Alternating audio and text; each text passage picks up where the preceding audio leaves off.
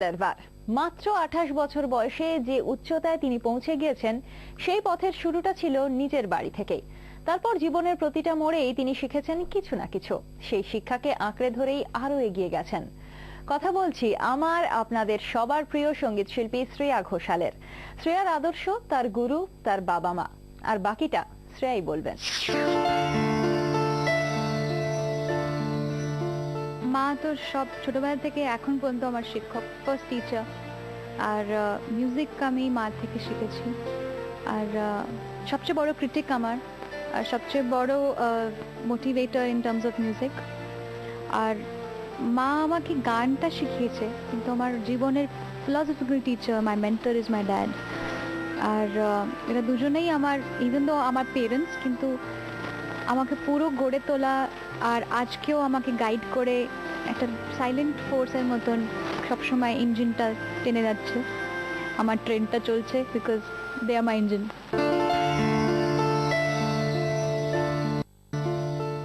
ছোটবেলায় আমার যে ফার্স্ট মিউজিক স্যার ছিল, আমি যেখানে থাকতাম রাজস্থানে, সেখানে না দূর দূর পর্যন্ত কোনো মিউজিকের টিচার খুঁজে পাওয়াটা বিশাল একটা প্রবলেম। তো one fine day we were very lucky কি আমাদের স্কুলে একটা মিউজিক টিচার আসলো, ফার্স্ট টাইম মিউজিক ডিপার্টমেন্ট খুললো। আর হি ওয়াজ ভেরি এন্টারপ্রাইজিং। আর ভীষণ মানে এই যে ইনহিবিশন লাইফে থাকা, ওটা শিখিয়েছিল কি ওয়াই টু ওয়ারি, চলো না, কি তুমি যা তুমি শিখেছো ওটাকে নিয়ে চলো আগে। তো বাবা আর ভটনাগর স্যার, জয়বর্ধন ভটনাগর, উনি আমাকে খুব সাপোর্ট করেছিলেন। We went to a lot of competitions outside my little town. New Delhi te giye national level e competition kore ami have the onek efforts. আমি যখন বম্বে আসি, ওটার একটা বড় কারণ Kalyanji uncle, because Kalyanji uncle আমাকে সারেগামাতে জাজ করেছিলেন and he loved it so much and he encouraged my dad. Baba wanted to take a shift to Bombay, কিন্তু he was not finding right motivation for it. He মানে খুব ওনাকে বাবাকে অনেক mental support দিয়ে I came to Bombay. I learned from him and I really miss him today because I wish that he had seen me doing whatever I'm doing today. He was such a great teacher. Lataji, Ashaji, do coins of of the two sides of the coin. Do রকমের expression style, do রকমের style of singing, voice throw, যেটা আমি আজ অনেক কিছু যা শিখেছি ছোটবেলায় গান শুনে সেটা নিজের গানে অ্যাপ্লাই করি আমি। I think friendship is very important.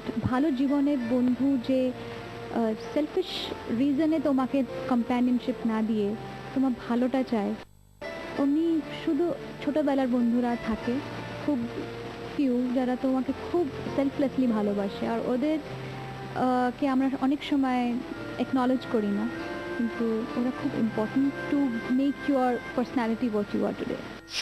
এত অল্প সময় হলে চলে, কিন্তু কি করব বলুন, বিরতি যে নিতেই হবে। সঙ্গে থাকুন, ফিরে আসছি এখন। তার গলা তো শোনাই যায়, তবে এবার 9 বছর পরে সঙ্গীত শিল্পী শ্রেয়া ঘোষালের বাংলা আধুনিক গানের অ্যালবাম মুক্তি পেল, মন কেমন স্টেশন। সেই উপলক্ষে কলকাতা এসেছিলেন শ্রেয়া। কালের বারে রয়েছে সেই অনুষ্ঠানের ঝলক।